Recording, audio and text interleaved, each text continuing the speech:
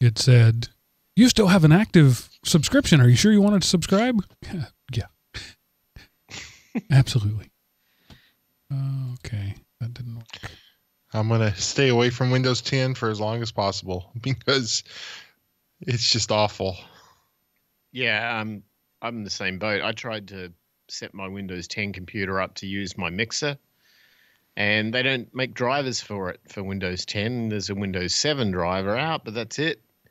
And so some crazy guy said, yeah, I know how to make this work, and you do this registry hack, and you do this, and you do that, and it will work. And I did everything, and now my Windows is no longer activated in test mode, doesn't talk to anything, and that was a real epic fail.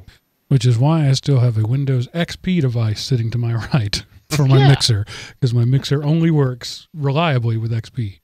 Right. And once you make the move to 10, you won't have 10 anymore. You'll have 10 point whatever latest feature update they do that breaks crap. So Seth doesn't sound bitter at all. Anymore. You'll have 10 point whatever latest feature update they do that breaks crap. So yeah, because we have this one company Seth who doesn't sound bitter at all. Yeah. Anymore. You'll have 10 point whatever latest feature that's not update confusing. they do that breaks crap. There we go. All right. Go ahead. Yeah. We sell this one, we support this one company that sells BMW software, and the programmers from BMW apparently pay Microsoft extra money to get the update early because like the day after the update comes out, their software no longer works because they've released an update for the new version. But then there's other software that we support that if you move to the newest version, it automatically breaks everything. So yeah, fun times. Microsoft is, well, it's the same stuff we've all talked about here every week. So somebody will pwn an M3. Yeah. All right. I think we are ready to do this thing. So please begin recording locally. Oh, crap. Hold on. I got to launch Audacity. Hey, it's working. Yeah, it is working. Look at that. Got waveforms.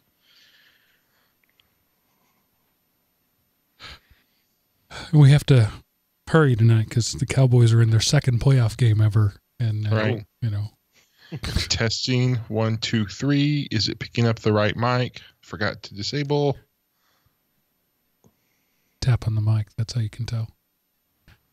I'd have to move my hand all the way up here to do that. I'm sorry. I didn't realize the hardship I was putting on you.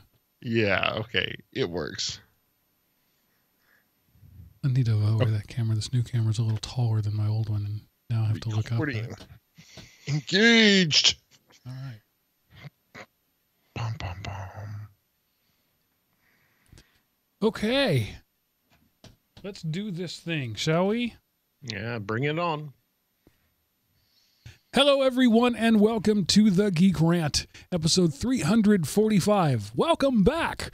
Recorded January 12th, 2018, and brought to you by Element OP Productions, elementop.com. Welcome back, ladies and gentlemen, to the Drive Time Radio for Geeks. I am your host, Mark, the Sultan of the Soapbox Cockerel, and joining me this week, as always, are your stalwart co-hosts, Seth, the Gooey Kid Anderson, and Miles, the Ostrich Eater Wakeham. Hello, gentlemen. Hey, Mark, and we're back. Back with a vengeance or something.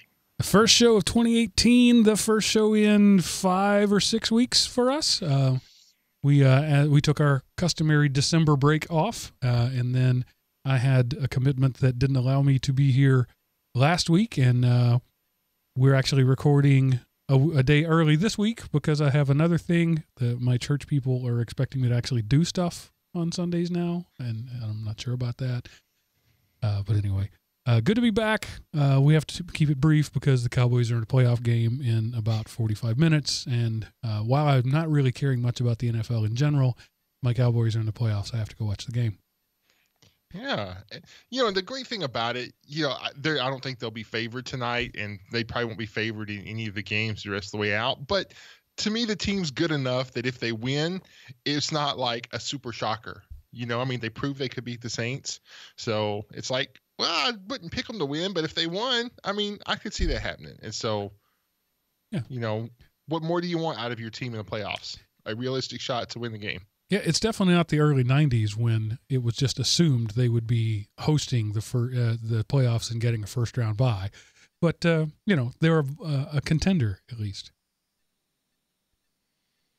So it's a new year, and so there's two things that that podcasts are required to do in a new year. Otherwise, we actually lose our podcasting license. One is make predictions, and two is talk about resolutions or whatever. So we have to do that this show. It's a contractual mandate. So we'll be talking about what we think are going on. But I just wanted to say, I've probably given this speech before, but I don't make resolutions. Resolutions are things like be more mindful, be healthier, spend more time with family. That's not a resolution. But what I do like to do is make goals. Goals are weigh X by Y, or spend 2 hours a week doing unplugged and with the family. Those are goals, and they can be similar to resolutions, but goals require two things: accountability and focus. So one of my goals this year is to make more things. And I mean physical things, not podcasts, not articles, not things. I want to make physical objects. So I've set a goal for myself to make 50 things this year at a pace of roughly one a week. Woodworking, circuitry, whatever, but a thing that you can point at, not you could argue that I do a podcast every week. There, I made a thing. But no, I want to get back in touch with my maker roots. So already this year, we're 2 weeks into the year, about to start the third week, and I have made 3 things, so I'm on track. I've actually made about 5 things, but some of them don't count. Like, for example, if I make a jig that helps me in making the thing that I'm making, does that count? I mean, it is a thing, and maybe on my lazy weeks I'll count that, but so far I'm not counting that. But anyway, so focus and accountability. So you guys, all of you, Seth and Miles, but also the rest of the audience, you have the right and the duty to ask me about these sort of things. Ask me each week. So what have you made this week? Because I can't keep myself on track without accountability. So there you go. You guys have any goals for this year?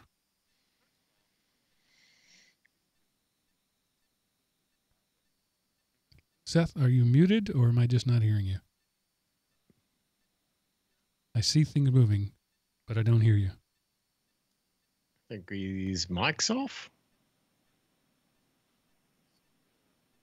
He was there a second ago. He was. And now he's not. It looks like he's actively... I don't know. Well, Miles, do you have any goals? Yeah, right. Well, one thing is I want to fix my audio equipment. No, kidding. I actually feel a little bit. I've always been a bit of a contrarian, and I'm not sort of in the business of following the crowd who go through the New Year's resolution process. I mean, I'm all sort of, I don't even want to watch the dropping of the bowl in Times Square or the fireworks on New Year's Day and everything, because to me, it's just a date which was made up that we all kind of agreed represented the 365-day cycle as we went around the sun or something. I don't know. All I know is as you get older, you don't want to celebrate dates so much because you're getting older, right? It reminds you. So rather than making this whole New Year's thing a big thing for me, I try not to. I try to do the polar opposite. In fact, what I did was back in December, the one thing that is calendar-based for me is, and this is going to sound super boring, but it's taxes, right? The end of the fiscal year is the 31st of December. So I try to make sure that, I'm getting all the deductions I can get. So I invest in all the gear and the stuff you need before the year turns over. But what I also do is I do a lot of budgeting. So talk about total boring businessy stuff. My New Year's resolution, if there was one, was to put a new budget forward for the following year for myself.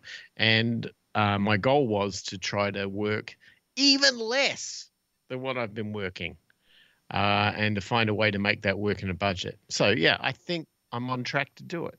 So that's my idea of a resolution. Can you hear me? Absolutely. Hey, he's back. Okay, can you still hear me now? Yes. Oh, yeah. Okay. I saw Skype had decided it didn't like my microphone selection, so it wanted to pick a different one for me. So sorry, everybody. Have to retrain my computer. But yeah, but Mark, I wanted to say on yours, we got to change that to 50 things to 50 projects. That way, if you come up with something in relation to the project, it doesn't count, and you take away that ability to weasel your way out. At least that's something I would do. Maybe not you. But. Well, like for example, one of the things that I intend to make is a crosscut sled for my table saw. That is a tool that helps me build other things, but it is a sophisticated enough project that I consider it a project. Right. Today, I hammered together a quick router jig for the project I was working on, but it took me 10 minutes, and so I figured that was just a part of the process, so I'm not going to count that router jig. That was 2 pieces of wood and 3 bolts. Right. Sounds fine. Yeah. But there may be weeks, I may have to do, 5 things in 1 week. Like if I do 3 cutting boards, is that 3 things or is that 1 thing? If I use your metrics and call it projects, that's 1 project to make cutting boards. So no, it could be 3 separate projects. Make 3 different size cutting boards. Yeah, I finished a table that I started. This is kind of what made me think of this goal. I started in April of 2018 on this table. I finished it in January of 2019. It took me 9 months to build this table. Now, actual shop time was maybe 40 hours. It was, it was a lot of hand work on this thing. So 40, maybe 50 hours of actual shop time. So that could have been 5 pretty heavy weekends, right? But it took me 9 months to find those 40 to 50 hours of shop time just because I, did other stuff. I mean, I'm a busy guy, and I could certainly find all sorts of excuses. But if I want to call myself a maker of things, and I'm not making things, I'm not a maker of things. I'm just a guy that has tools. Obviously, Mark, you're not hip to the late 20-teens vocabulary. If you think you're something, that makes you that. I identify as. If you identify as a maker, who am I to say that your reality, your perception of reality is wrong? Obviously, the problem is with me because I don't see the greatness of the maker within you merely by you claiming the title. So, we got to catch up to the hip lingo of the kids these days. Yeah, and Miles put something in the chat room about makerspace in Atlanta. I am aware of a couple of makerspaces in Atlanta. I haven't taken any action on it or anything yet. I'm not a member of anything. But for those of you that don't know, a makerspace is a shared resource of tools and equipment. So like, a 3D printer or a laser CNC machine, things that no one person could afford, but you pay like a gym membership, $20 a month, and they pool those resources to have those things available. So you can go in and work on a real lathe, even though it might be $20,000 for that real lathe and you couldn't afford it. So it's a good idea. None of them are physically proximate to me. I'd have to load all my stuff up and travel an hour to get to them. Yeah, I think ours is about 30 minutes away from me. But the one thing about these hacker spaces or maker spaces or whatever, probably everyone's got one in their town somewhere. A lot of times people are a little intimidated to go there. I noticed when I first approached ours, it's a place called Heatsink Labs in Mesa, Arizona. I walked in and I felt like there was a click. All these people knew each other. They'd been doing stuff together for years. And here comes the newbie. And, I'm not really, I don't want to go through that whole experience all the time. But I was really pleasantly surprised. They open the doors. They welcome you in. They really embrace you. They help you. As far as money goes, it's kind of like if you can chip in some bucks, great. And if you can't, no big deal. We'll still accommodate you without any problem. And I'm not a regular at Owls, but I've been there a few times, and the things, being able to use a laser cutter is when you get a project that you want to do like a custom case for or something like that, and you work out, there's some open source software to design it on your computer at home, and then you take your little USB thumb drive down to there with a bit of plastic or whatever you're cutting, and you put it in, press the button, and watch it go. It's like life-changing. For me, it was. So I opened up the door to a world of making stuff, or at least feeling like, well, if I want to, I know where to go. Yeah. It's a good thing. Pooling resources, is a good thing. And it takes away the excuse of, I can't do this because I don't have this tool. Now, a lot of guys use that as opportunity to go and buy new tools. In fact, I did today. I went and bought some new router bits. I have router bits, probably that would have done the job, but I couldn't find them. And by couldn't find them means I went, I don't see them laying out anywhere. Let's go buy some new stuff. So, we all do it. Right. So, nothing wrong with that. Harbor Freight for the win. Yeah. So, Miles, Miles, we talked about you. Seth, do you have any goals for the year? Any resolutions? Any New Year's stuff? Well, I went ahead and I jumped into the side gig business, full both feet kind of thing. So I took your cold brew coffee idea, and I'm actually trying to make a business of it. So I'm looking to get to be a supplier for like bars and stuff around where I work. I own a domain. I don't have a website there yet. And then I've got my my tax ID number and things like that. Paid the money to LegalZoom. I probably could have just did it myself, but the first time it's better to have somebody walk you through that. So, and then I get to grind coffee and put it up and filter it out and bottle it and stuff, which I found out I super enjoy doing that. It's like a lot of fun. I have my little timer going, and so I have some ideas on ways that I want to upscale it because I don't have the. Anyway, I just, I want to be me, and so over engineer and complicate stuff. But anyway, that's what I'm doing. I've sold some, and like I say, I'm working on relationships in some different bars. I figure since I eat out at lunch anyway, might as well sit at the bar, talk to the bartender, and say, "Hey, are you a cold brew coffee person?" I was like, "Here, try some," and they go, "Oh my gosh, this is so good," and and then strike up a conversation, and so even have one person that actually the bartender themselves buys from me. So. Cool. I've had a couple of people say, this isn't coffee. This doesn't taste like coffee. Is this cocoa? What is this? This isn't coffee. No, it is coffee. It's just coffee done right. Yeah. But that's good. I'll expect to see my 1% royalty checks coming in the mail soon. Yeah. I mean, the problem is it's like I've done $20 so far this year, so I'm going to wait, and I'm not going to send you like 20 cents at a time. So one of the reasons way back when I created the business, Element OP Productions, one of the reasons I chose that name is it can be anything, right? So I can sell cutting boards as Element OP Productions. I can make movies as Element OP Productions. I can do podcasts. So at some point I will probably be selling some of the stuff that I make. Right now my wife gets all the prototypes. One of the things I made this week was just a tablet/cookbook stand made out of some scrap walnut. The table that I made was walnut. I had some pieces left over. So I spent 45 minutes and whipped together a prototype tablet stand. And the response to that has been very positive. People like that. And I'm thinking, gosh, I could bang those out for $3 each and sell them for 30.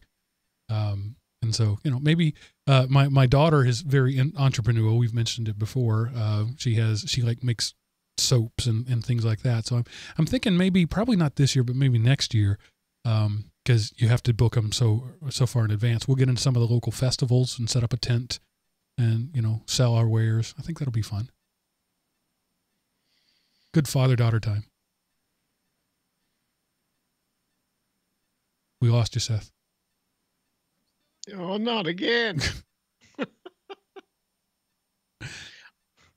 Oh man, that poor guy. I saw his head moving like he was talking, and nothing came out. Yeah. So you have here, Miles, the word that I have seen on the internet 1 million times since the new year, Bandersnatch. And it's basically a choose your own adventure TV show.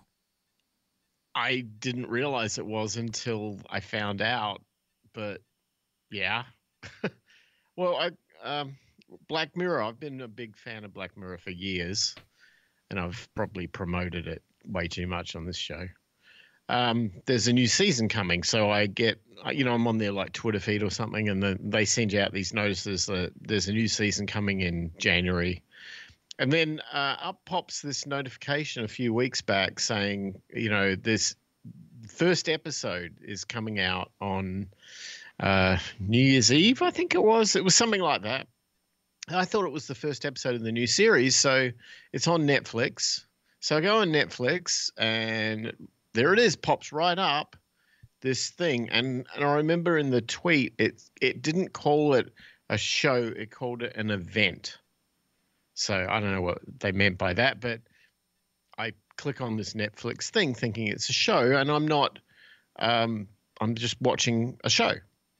So it's really cool because it was a show that it was like set in the 80s. It was some programmer developing, old video games on ZX Spectrums or some old computer way back then, Commodore 64 or something. And so it's right up my alley. It's ticking all the boxes for me.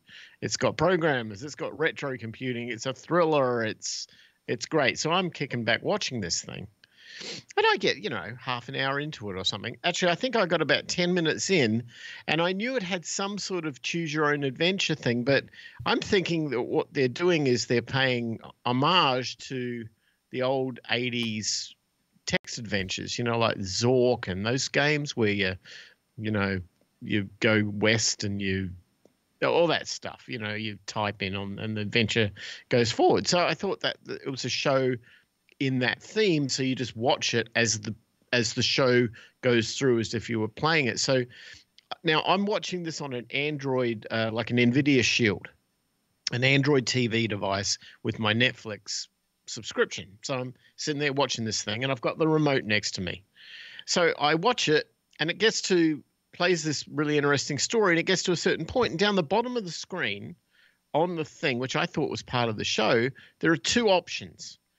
And there's this like timer, and it's counting down. So it gets to a certain point, and you can either, the guy can slam his hand on the desk, or he can pour drink over his computer keyboard. They were the two options.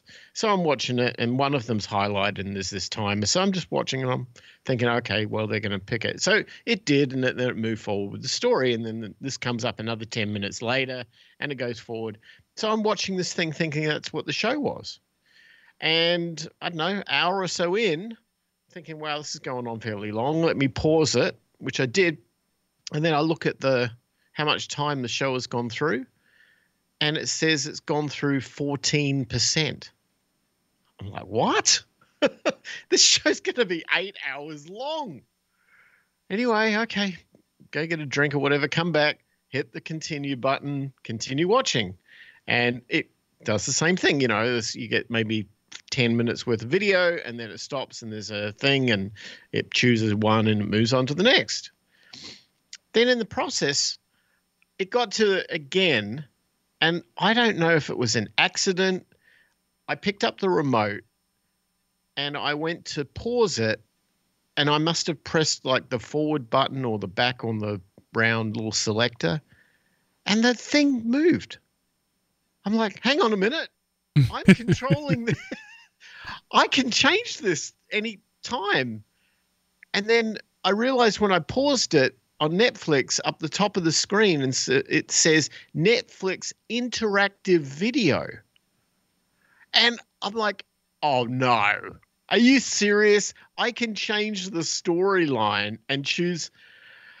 So for the next 6 hours, I'm there with the thing watching every single possible different ending. This thing, it was incredible. And the next day, I'm like, I get up in the morning, and I'm buzzing like, oh my God, I've never done that before on a TV show. And I look online and there's some dude who'd posted a chart of the entire plot points and this like flow chart, like go here, go there. And it was huge. If you printed it out, it would cover your entire floor of this massive flow chart that they had done. And Can't hear you, Seth.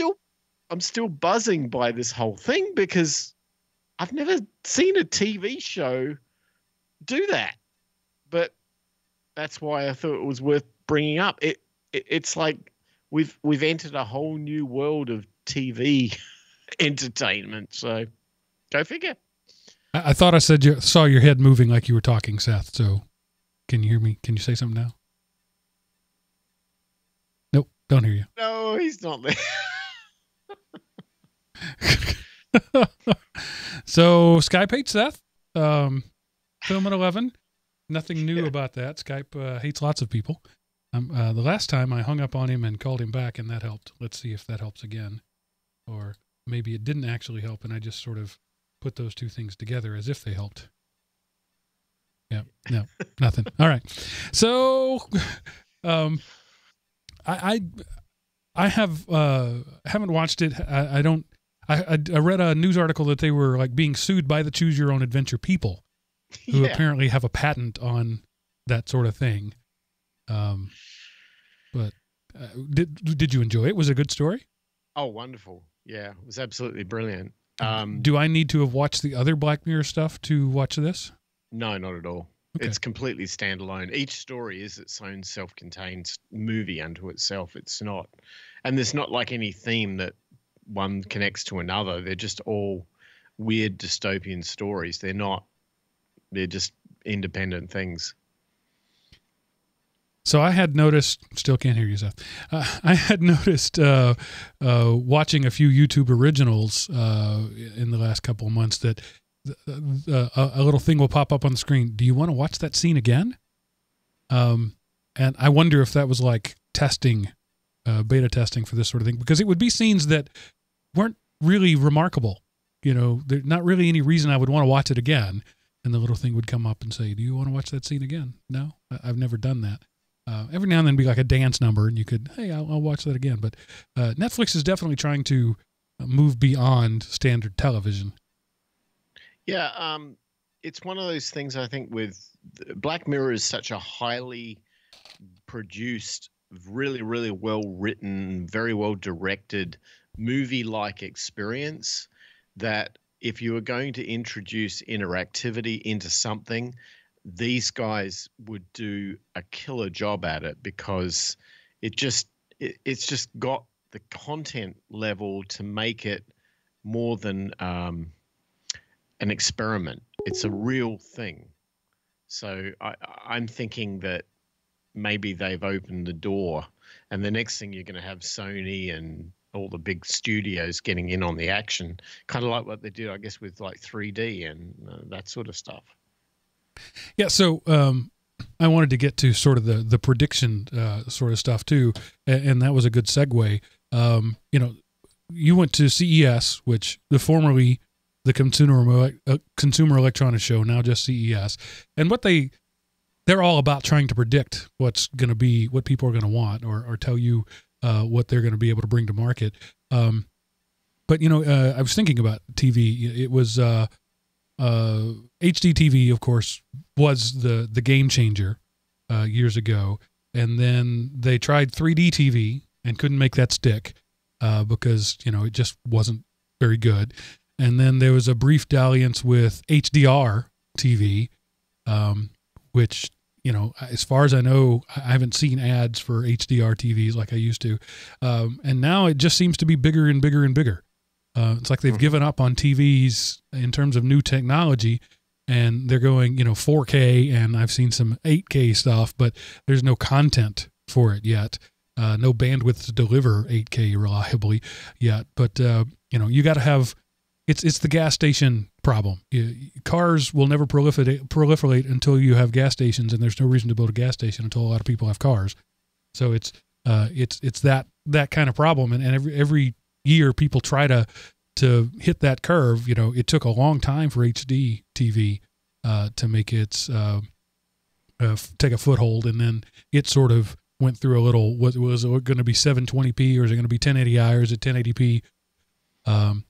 But when you were at CES, what was your take on what they're thinking the next new thing is going to be in entertainment? TV's always been an important part of CES, but I think now it's becoming less and less, and that may be just indicative of the fact that millennials don't watch as much TV as what our older generations who were raised on TV do. I know my daughter she doesn't even want a TV. She'll watch whatever her media is on a laptop. But that's just the way things move. What TV advances they were showing this year was mainly flexible screens. Flexible screens was a big thing. Whether it's small, tablet-sized screens that you can bend and the screen, moves with that, or whether it's like LG had this massive wall they called the Wave that was just this bending connection of screens connected to screens that was huge. It was like 75 yards wide and about, I don't know, maybe 20 yards tall, and bending all over the ceiling, and they projected whatever they wanted on it. So it was really impressive. And then they have a TV that rises out of a small box on the ground and kind of, I guess it rolls up into a tube inside the thing and then just expands out into a flat screen and then drops back down when you're done. That was kind of nice. But that'd be good for conference rooms, maybe, but I can't see where else. I think they're trying 8K, but until 5G rolls out, it won't really allow for the bandwidth to support 8K. And these days, people don't buy physical media with content; they stream it, so it's always going to be bandwidth restricted. So that's probably that. Most of the stuff that I saw at CES, the new stuff, the stuff that was like really interesting, was nothing to do with TVs though. So what was it? There was a lot. Before you go, Seth, can we hear you? I don't hear you. No, we can't hear him. Dang it. All right. Continue on. Okay. I walked away from CES feeling really almost depressed, which is a very weird feeling to get from a high tech. This is all the new stuff. You'd think everyone gets really excited and really, wow, look at this. This is great. This new thing, whatever. There was a bit of that. But for the most part, the theme to me, they say it wasn't as busy as CES as past years. I would say that's correct. There was a distinct lack of Chinese manufacturers there. There were a lot of smaller ones that had booked space way ahead, but there seems to be a political / tariff thing that's restricting a lot of the Chinese from wanting to do business at CES this year. A lot of people, I actually spoke with a friend of mine's, had a friend working there who was part of the CES staff. And we sat down with her and we're getting some sort of inside information. And it's one of those things, you didn't hear this from me, but I would say there was about a 25% less number of vendors and participants at this year's CES versus past, which is a significant drop. The one thing, though, that was consistent with all of it. Whoop. Sorry. I think it was on my end, Seth. I was. Now say something. Can you hear me? I can hear you. Hey, okay. Seth's back. All right. Sorry about that, Miles. That's all right. The one thing that was consistent about CES was robotics, automation, and AI. That was really heavy this year. And the most noteworthy part of that was it seemed everywhere you went, every booth had a sign that said, talk to it with Alexa or the Google equivalent, but mainly Alexa. And I got the distinct feeling Amazon had taken over CES. Like if you had something, I mean, there's ridiculous stuff there, right? Like talking toilets and, a machine that automatically bakes bread, stuff like that. I mean, it's kitschy and it's stupid and probably no one would ever spend any money. But every single one of them, you could talk to it with Alexa, everything. And Amazon this year, and I'd never seen this before, they had a big stand in the Sands Hotel, I think it was. And we went over there and we spent a bit of time listening to Amazon. And I walked away from there like, these guys want to own the freaking world. They want everything. They want to own the data centers. They want to own retail. They want to own food. They want to own everything. And now they're using Alexa to take over Google, because they feel that by controlling voice activation as a user interface, that it forces everything into their data centers and everything into their technology. And although Google are competing for that space with them, Amazon seems to have a jump start on this. And every single vendor out there who had a product wanted to use Amazon and their API to allow you to talk to it. You walk away feeling like with the autonomous stuff and the Amazon controlled stuff and it was like at this point we humans are talking to these machines and the machines feel intelligent enough that they're going to do things for us. They're going to assist us, but at this pace, we're only a year or two away from the machines choosing in advance what we want. And it's like we're losing our identity as humans in this machine-infested control world. And I would say that's a great, Ridley Scott movie.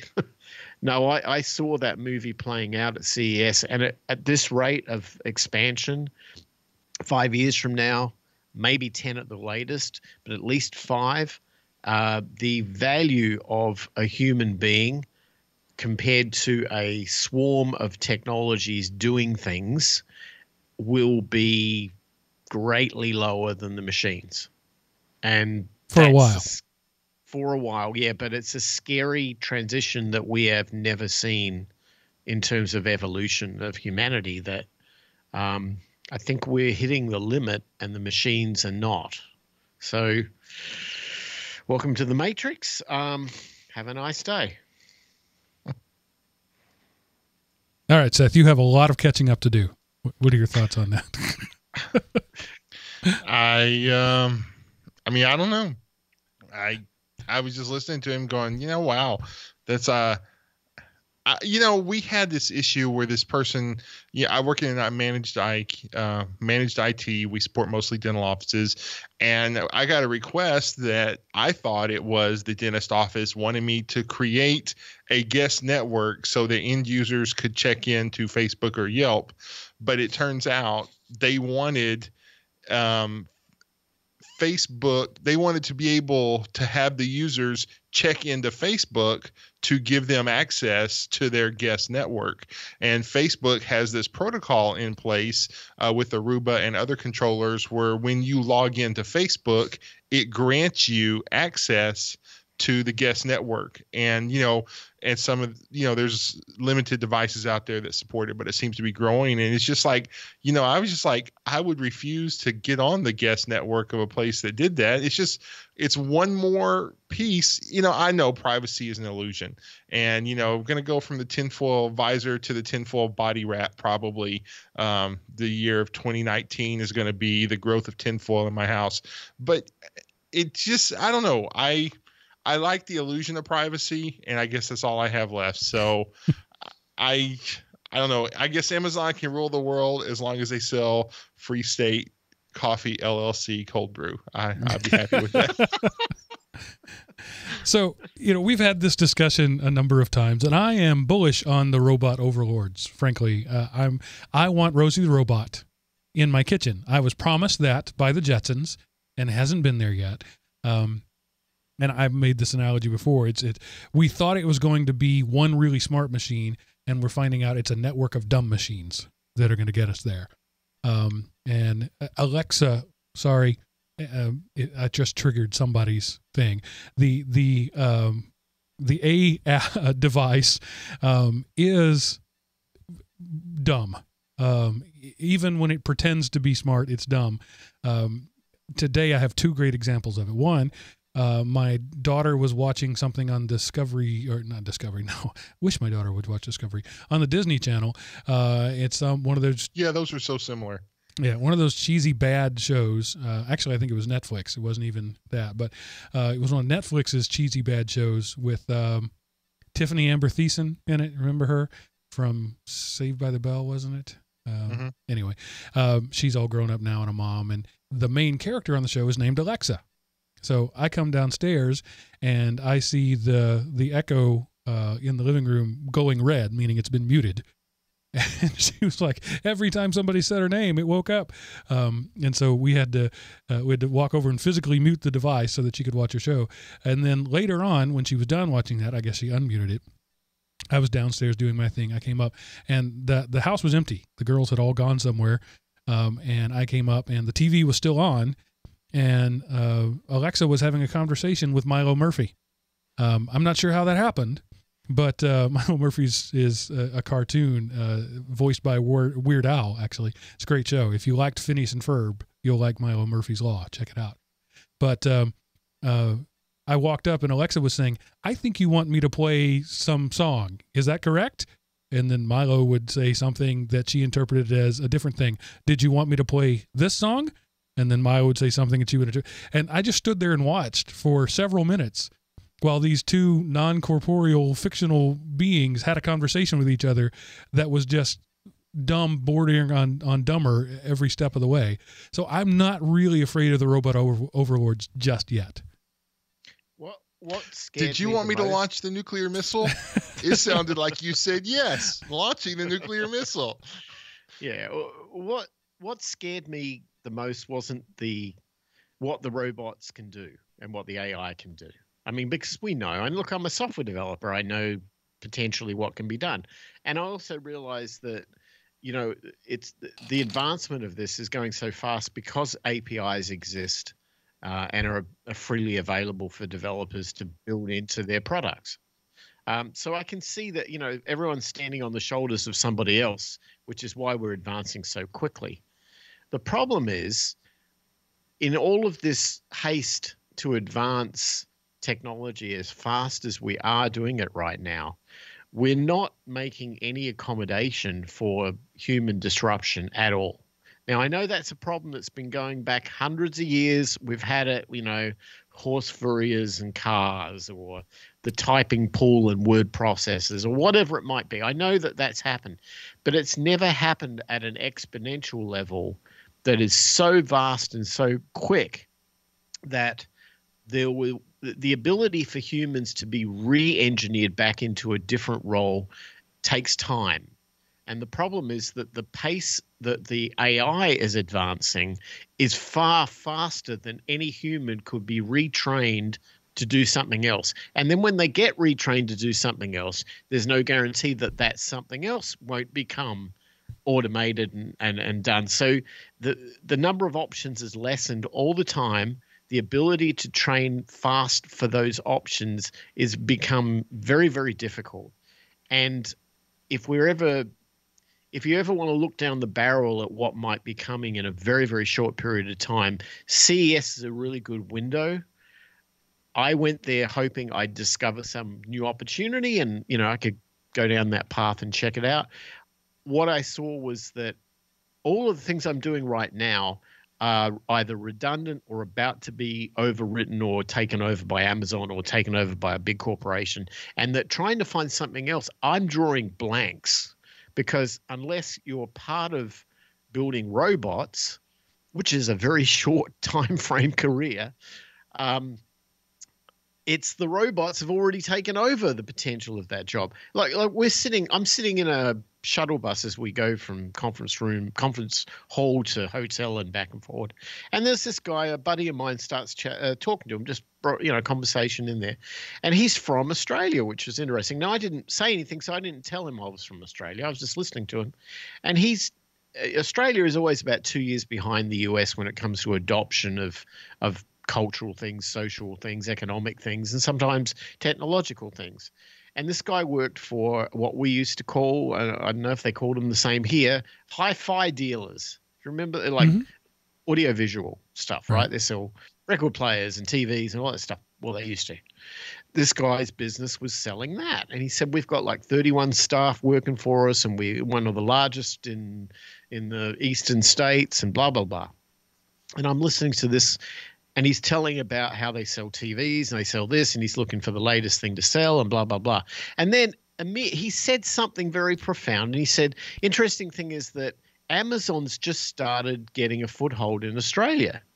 And, you know, they don't see Amazon as a threat. I'm going, you haven't walked into a Best Buy, have you? You haven't seen, you know, Toys R Us out there on the death pile, and Radio Shack. Remember them?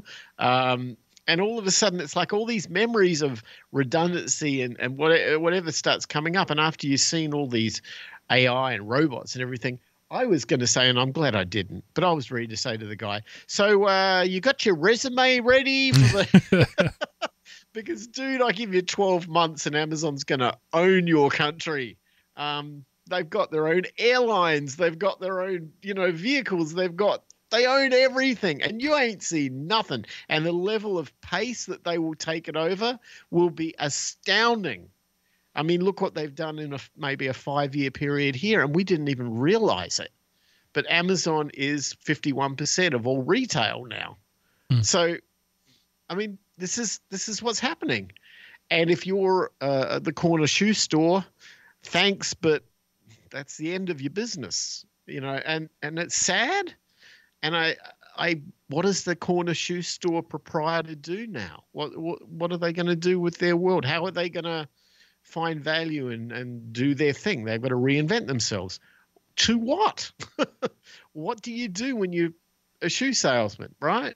I don't know. This is the problem. The disruption doesn't have a then what chapter yet. And that scares me. And we're lucky in technology. We feel a bit more in control of what's going to be for our future, so we can change ourselves and adapt.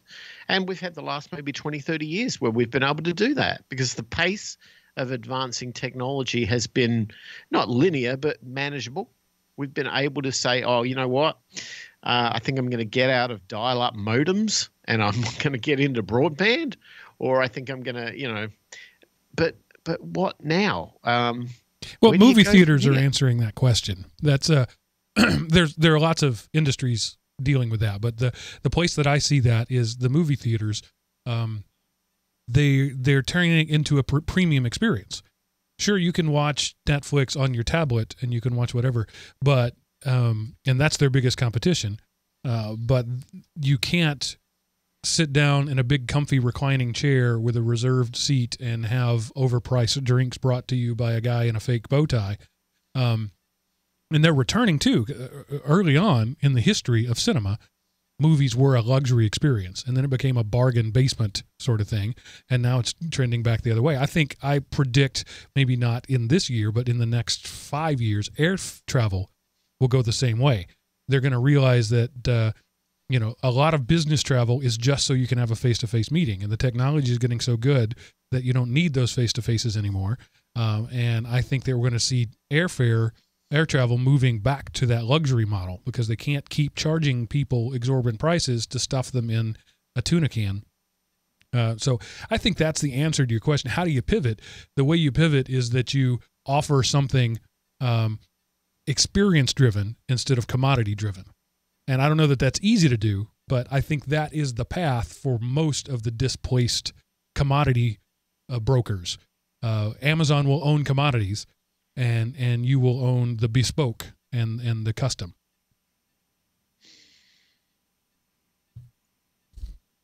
You know, part of it is there was this gap between the cutting edge and like mainstream society. And there was this wide area in the middle. And what has happened is the cutting edge is growing faster, and there's the gap in the middle is shrinking. And it's like, I think of my dad, and granted, I mean, I was born late in life and he's a lot older, but he did basically the exact same thing, his entire career driven life, not talking the odd jobs beforehand, but dude, I can't do I mean, the stuff I learned to get me into the business, I couldn't find a job now, because, and that wasn't that long ago. And granted, some of the skills transfer, but yeah, we are running out I mean, you can't get because when you get trained, guess what you got trained for was last year's model, and they wanted to come out and do it a new way just so they could justify charging you for a new product. And now you're like, I don't know what to do anymore, because I learned, they cut the training so short that they just taught you what to do, not why to do it. And so because the what to do changed, all of a sudden your training is worthless, and you don't have time to learn why to do it, because by the end you're so far behind it doesn't even work anymore. So yeah, there's got to be some way, a middle ground in there, and that's it's hard to find, and lots of people feel left behind by the digital revolution. An interesting petri dish, if that's not the best term for this, but it's the best I can come up with, is, say, West Virginia. Now, this is a broad statement over a state that's vast, but if you think of a state that's based on mining as its core industry, well, that mining is being done by robots now. Now, I don't know about the West Virginian mining scenario, but I do know about mines in Australia. We've got mines in far north Queensland, for example, that used to have about 160 miners as staff working the mines 24/7, and they were replaced with 6 guys and a bunch of robots, because autonomous trucks can do mining and autonomous drilling can extract the ore, and all of a sudden the cost of mining drops, which means that in a commodity that goes up and down in price, they can keep that mine running all the time, because they're not, and it's all run by joystick guys in Sydney who is, it's kind of like drone pilots. They're sitting back in the office, at the water cooler with a cup of coffee, and they're just managing the machines of this mine out there in Queensland. Well, that's the answer to health and safety problems, but it's also the problem of displacing 160 miners. Well, in West Virginia's case, they attempted to find new options for those staff. They created their own Silicon Valley, that sort of thing, right? It's good and it helps, but it's not working, because when you're a high-class, top brain level, brainy computer scientist, and you want to go where the opportunities are, you get on a plane and you go to San Jose. You don't go to West Virginia. And the problem is to displace that number of people and to not have a place that is a go-to location that they can go and be retrained leaves a lot of people without employment and burdens everybody, not in a bad way. We want to keep people, I want humanity to thrive. But we don't have a displacement plan that is in any way consistent with the level of advancement in technology that I've been seeing of late, and I suspect will increase even further. Next year it'll be even more. I mean, the stuff was crazy this year. Next year it'll be even crazier. Yeah, this is the unavoidable, inexorable march of technology. Within 10 years, there will be no long-haul truck drivers. Autonomous machines will do that. That job is going to go away. And overall, society will be the better for it. But those people will have to find something else to do. And this is, as you mentioned, it's happened hundreds of times, thousands of times throughout history. And it's bad for those people. It's good for society. And that's just the way it's going to continue to be. I hope that someday I don't get replaced by a robot, but if it does, I'll just have to say, well, that's society, and then I'll go figure out what else I can do. By then I don't know what I'll do, but there's going to be a lot of people in that. And, as the fiscally conservative and socially conservative as I am, I recognize the need for some sort of safety net for those sort of people. But at the same time, you can't catch everybody in the safety net, and you can't stop progress for the sake of keeping the lamplighters and the wheelwrights employed. You just can't do it. But I think there's nothing wrong with slowing it down a little bit so you have time to absorb the change. The problem is the change is coming so fast and so frequently in so many different areas that more and more and more of a society is being displaced at a time. And your resources are going to training and keeping up, so you don't have the ability to get ahead in life. So, and I mean, I know that's a gross overgeneralization, but society as a whole, we waste so much of our resources, one, on stuff we don't need. So hopefully that will, you don't need to upgrade your phone every month. So there's some things you can do to cut your expenses, but at some point, you're just on the rat race, you're getting a little further behind all the time, then you're just going to give up and just get way behind. And whether you sink in 10 years or you sink in 10 minutes, you're still sunk. So, well, if you look at mainland China right now, their story is really becoming an interesting tale that I think we can probably all draw from. I mean, this is a country with 1.4 or 1.5 billion people. A vast majority of those people came from the farms 10, 20 years ago into the cities because that's where the money was. The manufacturing sector was buoyant in the city areas, and they built an infrastructure to accommodate that. They did an incredibly good job at it. The problem is that due to economics and due to automation, we're not demanding as much of Chinese manufacture today as we were, say, 2-3 years ago. And with that slight variation of consumption level, the impact has been that China has gone into kind of a recession level economy. And that means it's not buying raw materials from other countries. So they're then inheriting. It's like a virus or like a flu that everyone's catching the cold because the demand isn't forcing Chinese to do the work, which is not forcing raw material to be extracted from Africa or South America or Australia or wherever. And everybody gets affected by that. And then here's the problem. The reason why China is the world's manufacturing center is because they got 1.5 billion people. It's human labor. Their drone army of human labor is creating, your phone and your tablet and your car and whatever else. It's done because of humans. So if we want to reclaim manufacturing back in the United States, the most logical way to do it is robots. So we push robots hard and hard and hard and hard, and then there's no longer demand out of China. Okay, now we're self-sufficient, we can build our own stuff. We just get the raw material. Problem is, the economy of China now goes down the toilet, and everybody gets dragged down, and we get dragged down with it.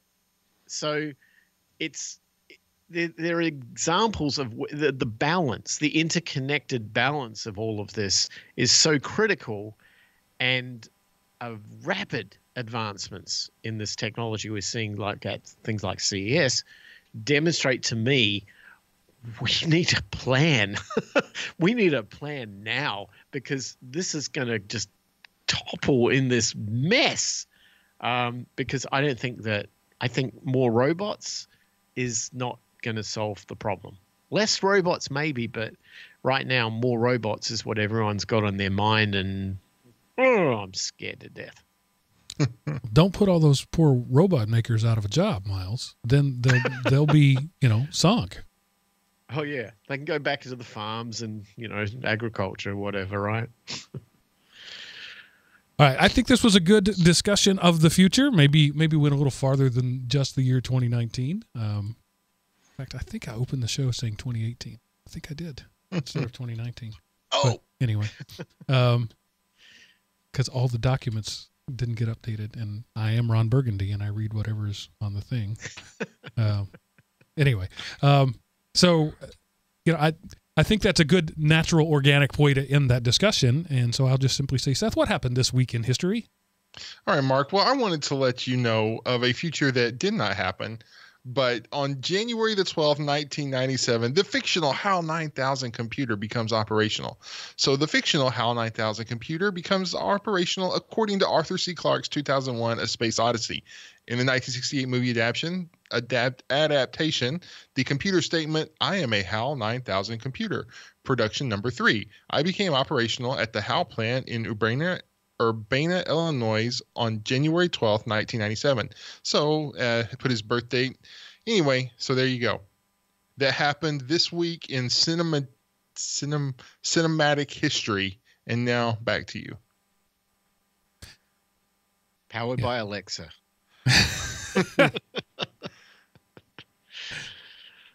That was such a terrible movie. Well, let me ask you, why you're judging it based on the advancements that's happened since 1968? No, I'm not at all. I'm judging it based on the enjoyability of watching that movie, which is a very low level. Right, because look at all of the action and stuff and music and background and everything that gets crammed into movies that wasn't around back then. So a lot of the reasons that we think the old stuff sucks is because nobody had ever done it before and they were figuring it out. You look back at the classics and you go, oh my gosh, that's garbage by today's standards, but it was top of the game then. So you have to judge it in the era it was. You can't look back with 2019 filters and go, wow, that's a crappy movie, because eventually Ghostbusters and Princess Bride will suffer the same fate. I'm not judging it by 2019 standards. I'm judging it by 1978 standards, which was when I first saw it. I don't like Stanley Kubrick. Well, actually, I don't know about personally. I don't like his movies. I've never seen a Kubrick film I liked. So it doesn't have anything to do with the technology. It's just a crappy movie. A lot of people disagree with me, and that's okay. They're allowed to be wrong. That's fine. I'll allow it. Terrible movie. But in Arthur C. Clarke's defense, imagine if you changed the term, "Open the pod bay door, Alexa." I mean, that's too close to home right now. Well, it's their fault for not having a big freaking handle on the outside. I can't do that, Dave.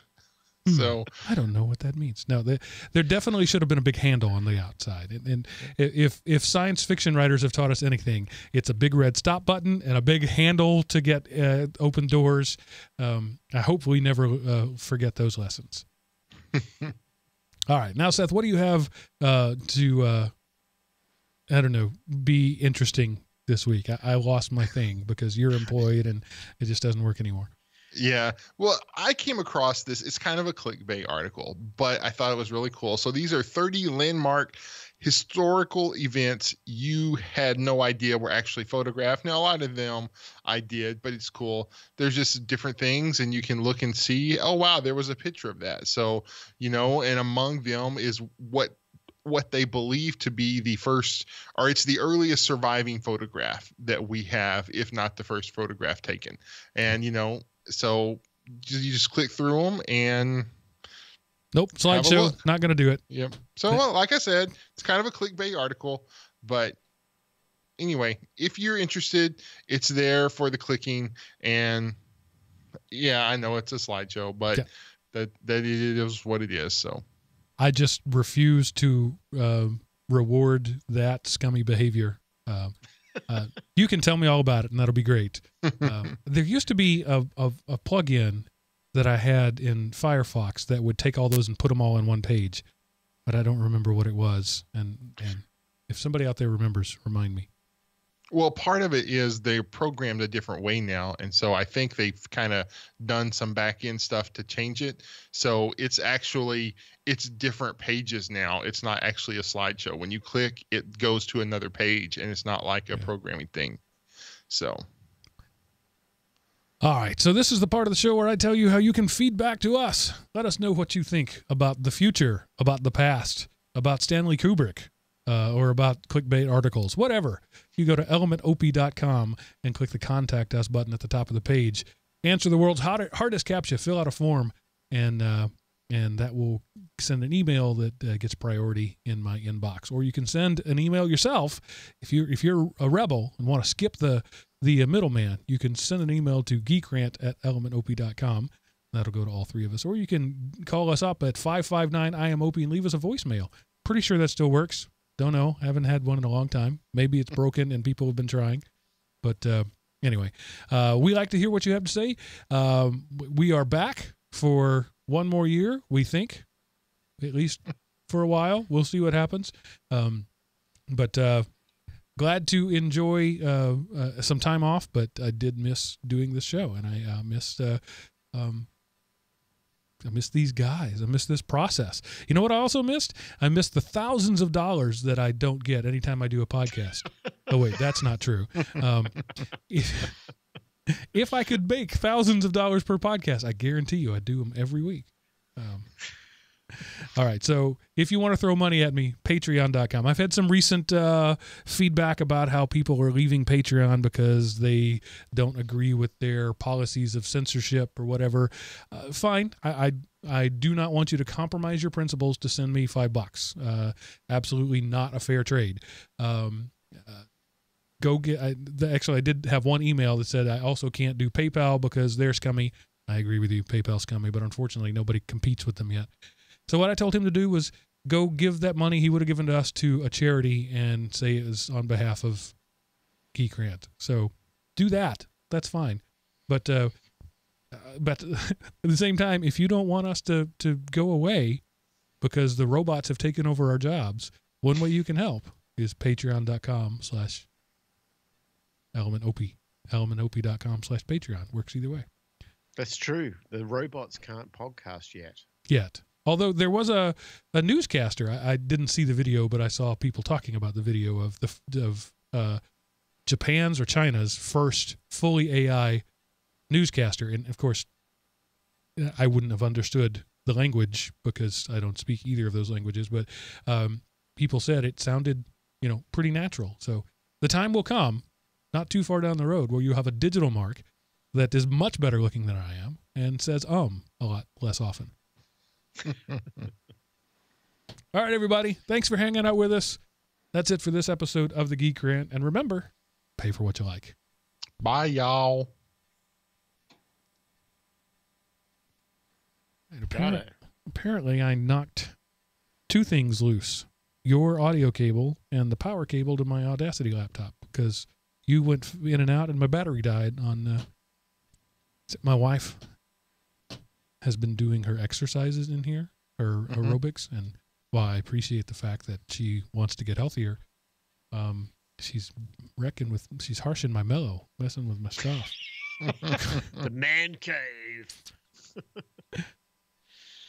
All right. Yeah. See you, YouTube people. I'm stopping the feed.